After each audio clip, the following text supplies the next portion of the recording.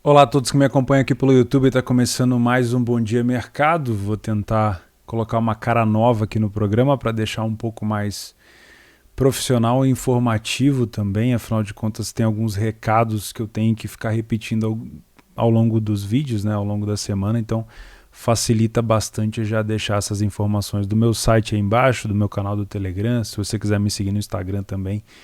Enfim, espero que tenha ficado mais ou menos bom. Não sou nenhum designer profissional, eu tento fazer algumas coisinhas aqui, então espero que tenha ficado legal. Bom, vamos falar sobre Liga dos Campeões. Amanhã, dia 23/11, temos o início da quinta rodada da Liga dos Campeões. Temos alguns grupos que já estão praticamente endereçados, alguns times praticamente já definidos, outros não. Eu vou tentar traçar os meus cenários de trabalho. Esse vídeo não é um vídeo de palpite, então vou tentar traçar o meu cenário aqui, os meus cenários de trabalho para esses jogos e também comentar sobre os 3 jogos bem importantes do Campeonato Brasileiro, que pode ser decidido nessa terça-feira, dia 23, e muito provavelmente será. Vamos ver. Conto com os comentários de vocês aqui também para me ajudar nesse planejamento. Vamos juntos então. E vamos começar falando sobre Bayern de Munique e Dinamo de Kiev. Bayern de Munique joga fora de casa. Deixa eu trazer para cá já essa tela aqui com o meu planejamento. O Bayern de Munique no primeiro jogo meteu 5-0 no Kiev. É um jogo protocolar aqui, é muito provável que o Bayern de Munique vença esse jogo, porém a gente precisa ficar de olho só na escalação, né? Qual é o time do Bayern de Munique que vai entrar em campo? É bem provável que seja o time titular. Por quê? Não é porque o Bayern está classificado no grupo que ele precisa poupar, afinal de contas ele pode melhorar o saldo, ele pode, por exemplo, colocar o Lewandowski para continuar batendo recorde na Champions. O Lewandowski é um cara que está brigando pela bola de ouro junto com o Messi, e marcar mais gols na fase de grupo é sim um número importante, né? Afinal de contas é bem provável que o Bayern chegue longe nessa Liga dos Campeões. Então se o Bayern vier com um time completo e com vontade de jogar, esse jogo vai ser às 2h45, eu venho sim para esse jogo para buscar um back ao Bayern de Munique. Não necessariamente é uma goleada, tá? Geralmente quando eu vejo uma odd de 1,25, 1,20, tem muita gente que pergunta, pô, vale a goleada? Eu não sou nenhum expert em goleada, tá? Mas essas cotações de 1,25, 1,30, quando o time detém a posse, quando o time joga contra um time eliminado, o Dinamo de Kiev está completamente eliminado, não tem chance praticamente nenhuma, é bem provável que o Bayern retenha a posse, recupere a segunda bola, tenha a linha ofensiva, não corra perigo. Então eu tenho um mercado completamente estabilizado. Já fiz vídeo sobre isso lá no meu curso, que está nesse link aí embaixo que você está vendo. Já fiz vídeo aqui no YouTube falando sobre o comportamento das odds de um super favorito, então é bem provável que eu venha trabalhar esse primeiro tempo aqui em back ao Bayern de Munique no Match Odds, se eu tiver leitura de jogo para isso, tá bom? O segundo jogo, das 2h45, é o grupo, acho que eu vou falar por grupo que é mais fácil, né? Vamos falar sobre Barcelona e Benfica, que esse jogo está me causando uma sensação de curiosidade, tá?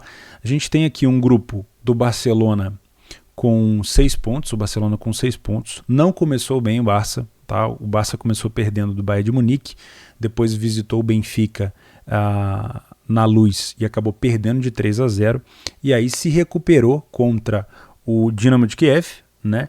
2 vezes, tanto fora de casa ganhando, se eu não me engano, por 1-0, quanto dentro de casa no Camp Nou ganhando por 1-0 também. Ou seja, a situação do Barcelona deu uma melhorada, porém, mesmo com o Xavi de treinador agora e tudo mais, o Barcelona ainda não tem um time qualificado nem para colocar em prática o futebol que o Xavi provavelmente vai querer colocar, que é aquele velho tic-tac. Eu acho que o Barcelona ainda precisa de mais jogadores e também não tem, na minha opinião, nenhuma válvula de escape em relação a jogador específico. O Dembélé voltou contra o Kiev no primeiro jogo lá na Ucrânia e não foi muito bem, sendo bem sincero, tomando algumas decisões erradas. Então assim, eu não sei se o Barcelona tem nem do elenco, nem de algum jogador específico para tirar uma virada de chave, tá?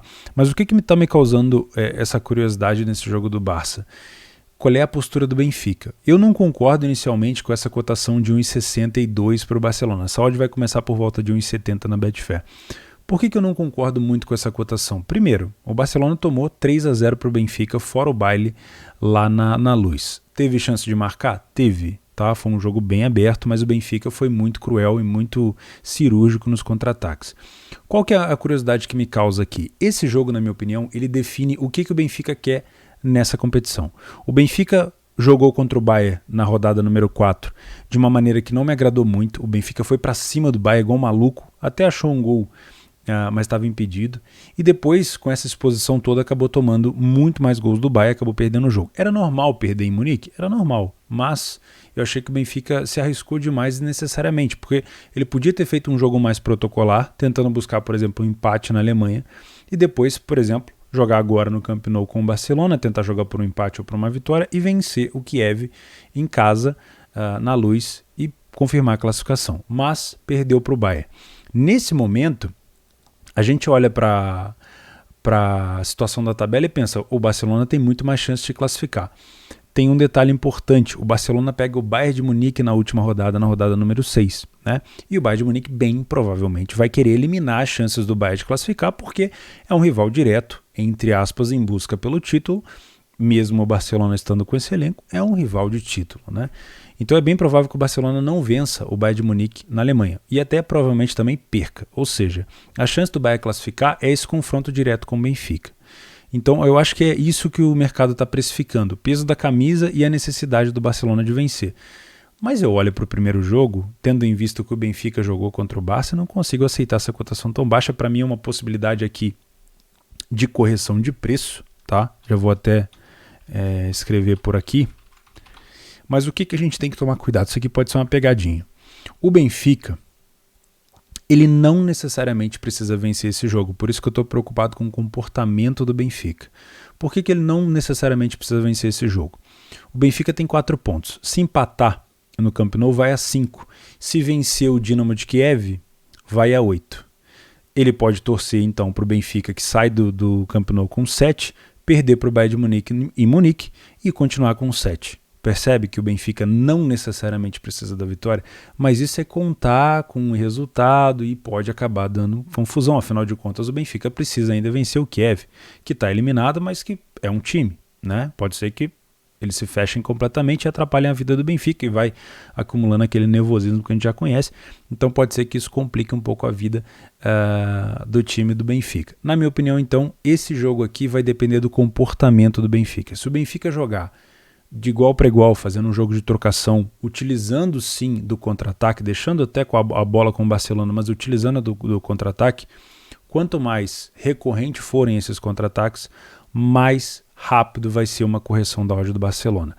Porém, se o Benfica apresentar uma postura mais defensiva, focando no que eu tinha comentado, num cenário de possível empate, essa cotação do Barcelona não vai mexer, e aí não vai ter valor fazer lei ao Barcelona, porque a gente vai ter um mercado pesando a camisa, muito apostador recreativo que nem sequer sabe que o time do Barcelona está fraco ou está forte, simplesmente está metendo dinheiro, vai fazer com que essa cotação do Barcelona estabilize no mercado e a gente não consiga ter nenhum valor trabalhando em lei ao Barcelona, dependendo dessa postura do Benfica. Então primeiro a gente precisa conferir a postura do Benfica. Eu estou mais inclinado para achar que o Benfica vai jogar para cima, de igual para igual, talvez até o Barcelona tenha um pouco mais da posse, mas o Benfica seja mais perigoso no contra-ataque, e com isso, mesmo o Barcelona tendo um ataque horroroso de apenas 2 gols, talvez eu venha trabalhar o mercado de gols por aqui, tá? O que vai me tirar do mercado de gols e me trazer para o match odds exclusivamente para uma correção do Barcelona é um Benfica entrando muito forte, deixando o Barcelona na lona, completamente contrário do que o mercado espera. Aí sim a gente vai ter uma explosão dessa odd do Benfica. Desculpa, do Barcelona. Tá bom? Agora vamos para o grupo F, que é o grupo de Villarreal e Manchester United. Eu posso estar falando besteira, mas eu acho que o Villarreal está jogando hoje o melhor futebol do grupo, tá? Porque não é à toa, não é porque ele é líder, tá? Primeiro, se a gente pegar a rodada passada, o Villarreal visitou o Young Boys na Suíça. Jogaço. Ganhou com propriedade, né? Aliás, acho que a rodada 3, na rodada 4, ele ganhou de novo na Espanha. Deixa eu ver quanto foi o resultado desse jogo. Foi 2-0, ou seja, ganhou por 4-1 na Espanha, tá aqui, ó. na Suíça, depois voltou a ganhar por 2-0. Mas não é só por conta disso. No jogo que ele fez contra o Manchester United, eu faço questão de pegar para a gente ver junto aqui, que foi... Cadê? Confronto direto, 2-1 para o United. Vamos puxar essa tela aqui inteira do SofaScore para a gente ver. Dá uma olhada nisso daqui, ó. A estatística do jogo mostra que o Villarreal criou muita chance. E eu vi esse jogo, realmente foi um jogo absurdo. O Villarreal teve 3 grandes oportunidades, o United só teve uma. O Villarreal finalizou muito mais no gol do que o United. Ou seja, foi um jogo, apesar de ter sido na Inglaterra, muito parelho, né? E só aconteceu da vitória do United por conta de um fator chamado Cristiano Ronaldo, que funcionou contra o Villarreal, funcionou contra a Atalanta. Vocês lembram no último jogo do United contra a Atalanta ia vencendo por 2-1, o Cristiano brotou aquele gol no final. A mesma coisa aconteceu aqui. Vocês podem ver que no final o gráfico até indica uma superioridade do Villarreal buscando a vitória, estava 1-1 o jogo, mas o Cristiano Ronaldo acabou fazendo da dele, né, o que ele sabe fazer e conseguiu essa vitória para o time do United. Então, eu continuo afirmando, na minha opinião, eu acho que o Villarreal tem um dos melhores futebols do grupo hoje, tá? Não é à toa que está em primeiro. O United teve a queda do Solskjaer, né? Não sei se isso vai fazer alguma diferença no grupo, não trouxeram ainda um treinador novo. Geralmente, quando a gente tem uma queda de treinador, o grupo, o time de futebol costuma dar um resultado. A gente tem no United uma perda importante do Pogba, que tem na temporada, se não me engano, 7 assistências. Eu não conferi muito bem o número de assistência na Champions, mas no total são 7 assistências para o Pogba. É um jogador importante, está com lesão na coxa. Se eu não me engano, volta no finalzinho de dezembro, já deve ficar para o próximo ano, né? Então tem esse desfalque importante. A gente costuma olhar o peso da camisa aqui e dizer realmente que essa cotação do United está alta, é back United, mas cuidado, tá? Esse time do Villarreal é um time muito bom e eu não duvido que a gente tenha aqui também uma possibilidade de trabalhar gols. Por quê? A defesa do United tem muito nome. Lindelof, Harry Maguire, o Diogo Dalot tá jogando no lugar do Luke Shaw, que não está confirmado, eu não sei se ele realmente não vai jogar, isso é um desfalque importante. O Wan-Bissaka também é muito bom, ou seja, tem uma zaga boa, apesar do Varane estar machucado, mas não passa confiança, né? Pelo menos com o Solskjaer, não sei se vai mudar alguma coisa, a zaga do United era muito fraca. Então, vale classificação nesse jogo, é importantíssima a vitória aqui, quem vencer já dá um passo muito importante para a classificação. O United, que já foi tido como um time que provavelmente não iria classificar, porque começou perdendo para o Young Boys na Suíça, agora já virou o jogo, né? Agora já pode ser líder do grupo. Eu também vou ficar de olho aqui para uma possibilidade de mercado de gols. A gente tem o United marcando 8 gols em 4 jogos, sofrendo 7, e o Villarreal marcando 9, sofrendo 5, tá? O último confronto deles foi 2-1. Dá para tentar buscar aqui uma longa exposição num 2,5, dependendo ali por volta dos 35 do primeiro tempo, se esse jogo realmente estiver aberto. Mas dá também para buscar alguma coisa no limite. Mas não descarto trabalhar alguma coisa no match odds, tá? Se um dos times provar para mim e mostrar para mim que está sendo muito superior ao outro, não tem porquê eu só ficar buscando alguma oportunidade de gols, eu posso trabalhar alguma correção no match odds também, tá bom? O outro jogo desse grupo é Young Boys Atalanta. Esse jogo eu vou resumir em jogo para gols. Tá? O primeiro confronto entre eles foi 1-0 para a Atalanta, mas tem aqui uma pegadinha que eu vou contar para vocês. Se vocês verem aqui, ó, foi praticamente um massacre do time da Atalanta, só ela conteve a bola. Por que isso aconteceu? A Atalanta chutou 13 vezes no gol, o Young Boys chutou 3 vezes apenas, foi quase 70% de posse de bola. Por que isso aconteceu? Nessa rodada, era a rodada de número 2, o Young Boys tinha acabado de vencer o Manchester United. Foi aquele gol entregado pelo Linga para o atacante do Young Boys fazer. Ou seja, eles vieram com um ego muito alto para cima da Atalanta e falaram, não, se eu venci o United em casa, a minha estratégia vai ser empatar com a Atalanta na Itália. E eles simplesmente não jogaram contra a Atalanta. Não jogaram. Deixaram a Atalanta jogar, demorou para sair o gol da Atalanta, veio sair com O Pessina aqui, acho que foi o 68, né, lá no finalzinho, né, mas mereceram perder porque só jogaram pelo empate. Aí, lógico, depois foram jogar com o Vila Real, tomaram o taco, foram jogar de novo com o Vila Real, tomaram o taco, e na última rodada vai pegar o United e provavelmente vai ser eliminado.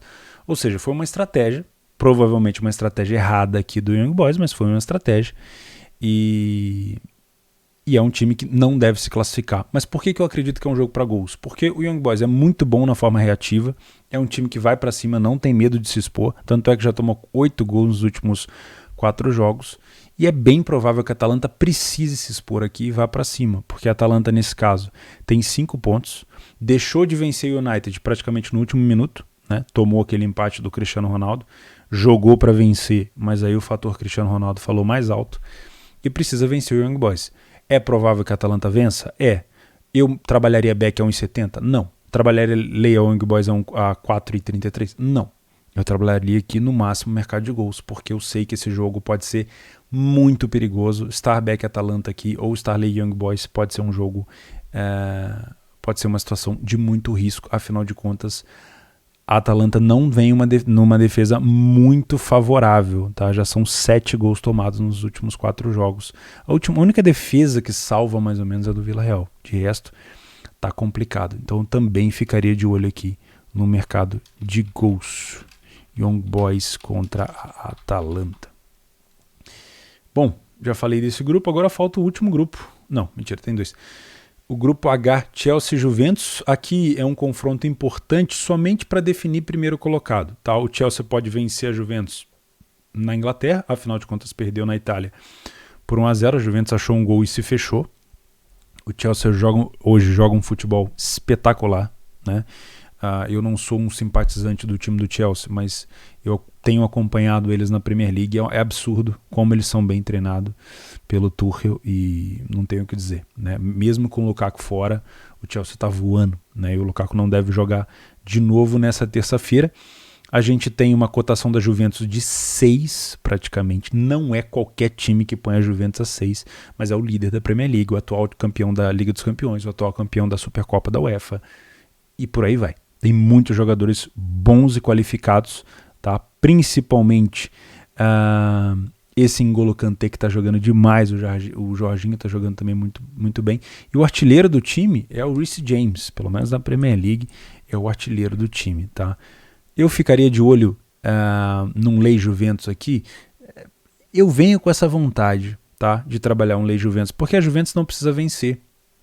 A Juventus vem aqui provavelmente para empatar, para tentar garantir o primeiro lugar do grupo, porque o último jogo da Juventus é em casa contra o Malmo. O Malmo não fez nenhum gol, tomou 12. É bem provável que a Juventus vença, né? Então, um placar ideal para a Juventus aqui é um empate. Se a Juventus vem para empatar, penso eu, crio esse cenário na cabeça, daria para trabalhar Lei Juve, mas é alto, né? Se fosse com todo respeito, um West Ham da vida, um Norwich, um West Ham vem bem na competição, mas um Norwich ou um Southampton a 6 dava para fazer lei, mas a Juventus causa um pouco de desconfiança, é um time muito forte de camisa, né? Então talvez seja um jogo difícil de operar, tá? Talvez seja um jogo difícil de operar. Pode dar padrão de back Chelsea ou padrão de lei Juventus? Pode, depende do comportamento da Juve, tá? Então vamos ver o que o jogo me mostra aqui.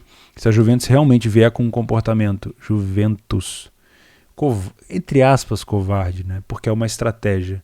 Dá para buscar alguma coisa até a favor do Chelsea, né? Porque o Chelsea defende muito bem, só tomou um gol na competição até agora justamente para a Juve.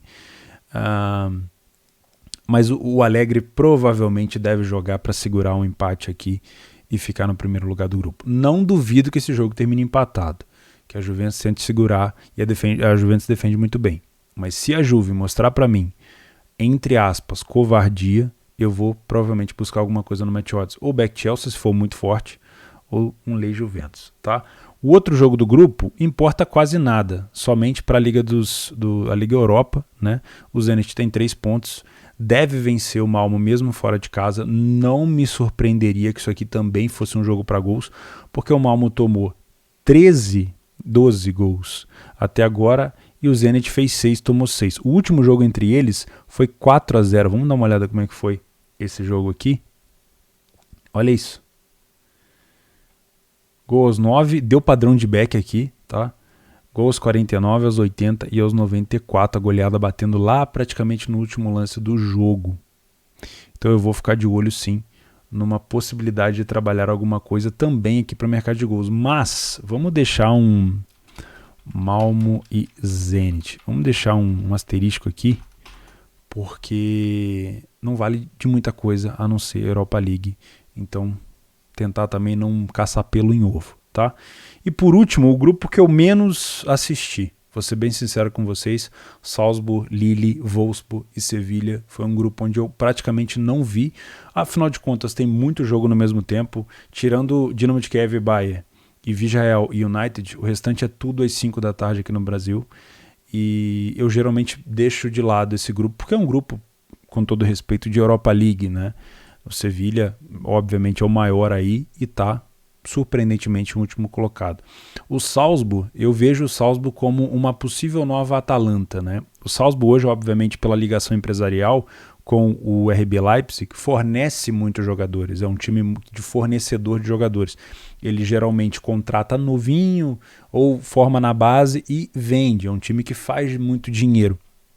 Porém, com essa quantidade de participação em Liga dos Campeões, já não é a primeira, desde que o Haaland apareceu, eles já estão aparecendo faz tempo na Liga dos Campeões, né, na primeira temporada lá do Haaland na Champions, e agora muito provavelmente se classificando para umas oitavas de final, podendo ir até para frente, começa a entrar um caixa maior e não necessariamente o Salzburg passaria a ser somente um fornecedor de jogador, poderia começar a ser um comprador, né? E com isso vai fazer com que ele se torne uma potência. É assim que funciona, o dinheiro entra, o time se organiza. Está acontecendo isso com a Atalanta parou de ser um time mediano, pequeno, e agora é um time que disputa a Série A quase todo ano, um dos times que mais faz gols na Série A.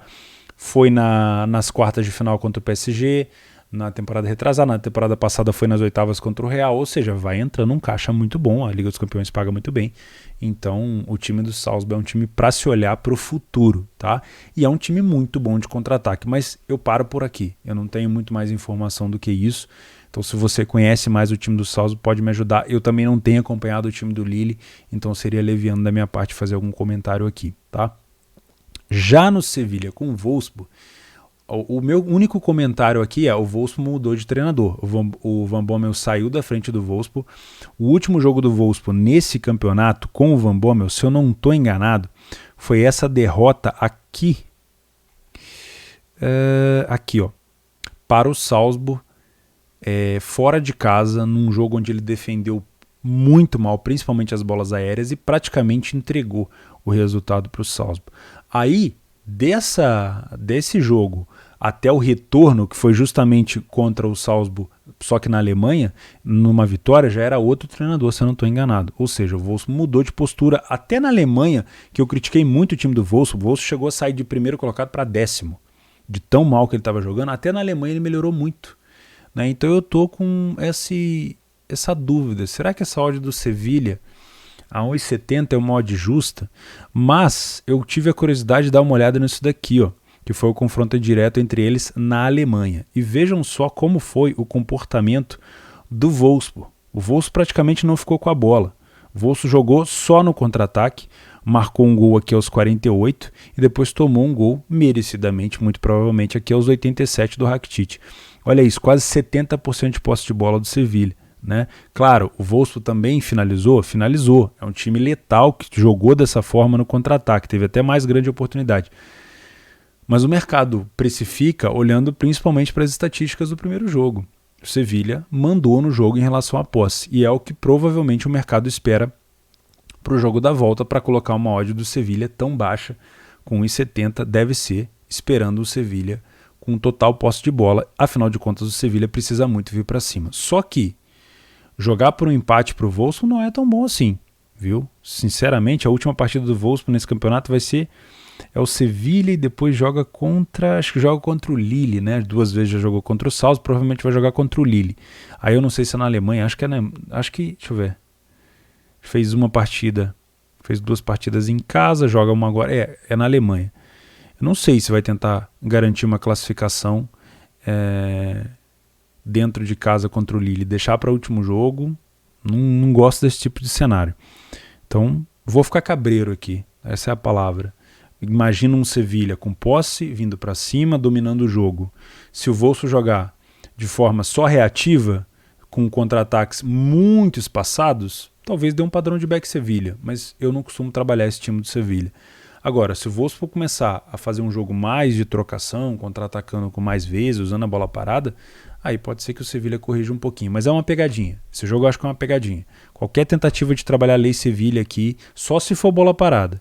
De resto, o mercado vai bater muito nessa hora do Sevilha, segurando, e vai ser um lei complicado de se fazer, um lei chato, tá bom? Fechei aqui a Liga dos Campeões. Vamos falar só do Brasileirão. Aqui nós temos um confronto do Atlético Goianiense contra o Juventude, um confronto muito difícil para as duas equipes, né? A tabela do Juventude é uma tabela terrível daqui para frente. Eu vou fazer questão de olhar aqui com vocês. Ó. Deixa eu só fechar essas outras abas que tá aqui. Deem uma olhada na tabela do Juventude. O Juventude pega agora o Goianiense fora de casa, depois pega o Bragantino, que acabou de tomar taco para o Atlético Paranaense. Provavelmente, aliás, já perdeu a vaga direta na Libertadores e vai ter que buscar essa vaga pelo Brasileirão. Nesse momento, o Bragantino, ele está em sexto. Ele já viu o Corinthians e o Fortaleza o passarem, né? Então é bem provável que o Bragantino vá jogar a vida contra o Juventude. Depois o Juventude visita o São Paulo que também tem risco ainda de queda e vai eliminar esse risco provavelmente contra o Juventude, ou seja, mais um confronto muito difícil. Depois visita o Fortaleza que viu o Corinthians passar ali na frente, vai ter que vencer para poder buscar essa vaga direta na Libertadores, também é um confronto dificílimo, e depois tem um jogo contra o Corinthians de novo. Aliás, contra o Corinthians de novo não, contra o Corinthians que também está disputando essa vaga na Libertadores com o Fortaleza. Então é só pedreira. A situação do Juventude aqui é dificílima, precisa vencer esse jogo aqui contra o Goianiense para dar uma respirada. Iria a 41 pontos, não, iria a 42 pontos, já dá uma bela respirada, tenta empatar mais 1 ou 2 jogos ali, escapa. Se não vencer, se o Juventude não vencer, é muito provável que ele dispute pau a pau até o final com o Grêmio, que é o time lá embaixo, que eu tô vendo que tá dando. Eu tô aqui falando, eu acho que o Grêmio não cai, e tem muito colorado me xingando também. Não é que eu seja gremista, tá? Eu sou simpatizante do Grêmio, obviamente, mas não queria que o Grêmio caísse. É a opinião minha, isso é irrelevante, tá? Mas eu queria falar sobre esse jogo aqui. Esse aqui eu não tenho muito o que comentar. O Atlético Goianiense, os últimos jogos foi bem fraco. O Juventude venceu o Inter, numa entregada do Inter, provavelmente, supostamente, né? E numa vitória contra o Fluminense. Deu uma respirada o Juventude? Deu. Aproveitou a queda do Bahia para poder subir. Mas a tabela do Juventude é sinistra. Mas vamos dar uma olhada nesse jogo do Grêmio. Eu fiz um comentário, a gente gravou o Betcast hoje mais cedo, e eu fiz o seguinte comentário. O Flamengo já sabe que esse campeonato já tem dono. O Atlético Mineiro é campeão brasileiro de 2021. Tá? Isso aqui, eu acho que qualquer discussão contra isso é loucura. Tá? Porque não é só olhar o Flamengo tendo que vencer todas. É olhar o Galo tendo que fazer uma campanha, com todo respeito, do Sport, da Chape, que seria pegar os últimos 5 jogos e jogar tudo no lixo. Coisa que provavelmente não vai acontecer. Né? Vamos pegar aqui os últimos confrontos do Atlético. Vamos ser sucinto aqui. Ó. O Galo pega o Palmeiras completamente reserva na noite de hoje. Depois pega o Fluminense em casa, onde provavelmente já vai ser campeão. Aí visita o Bahia está numa fase horrorosa também. Depois recebe o Bragantino, que é até um confronto difícil. Depois pega o Grêmio, provavelmente ali já foi campeão há muito tempo. Tá? Então, sabemos que o Flamengo já assimilou, desde que começou a rodar o elenco contra o Bahia, o Flamengo já assimilou que ele já tinha perdido esse campeonato. O Flamengo vacilou contra o próprio Grêmio no jogo de ida, o Flamengo vacilou contra a Chapecoense, não conseguiu vencer o Cuiabá. O Flamengo tinha N chances de ter chegado no Galo, não necessariamente ter ganhado, mas de ter feito um confronto mais pau a pau, mas não fez. E sabe que esse confronto, que esse campeonato já era, já acabou. Né?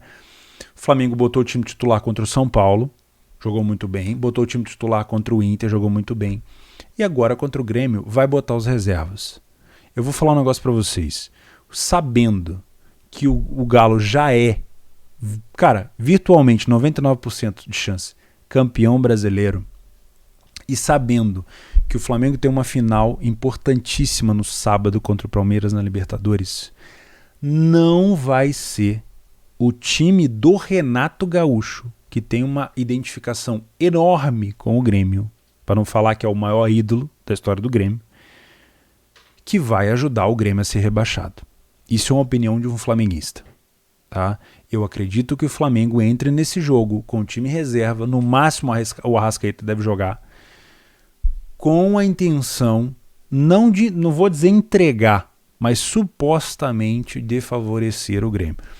Tem, para quem não se lembra, em 2019, um título pau a pau do Flamengo contra o Inter, onde o Grêmio supostamente também facilita aquela partida para o gol do Ronaldo Angelim. Eu estava no Maracanã nesse dia, onde o Flamengo se sagrou campeão em 2009.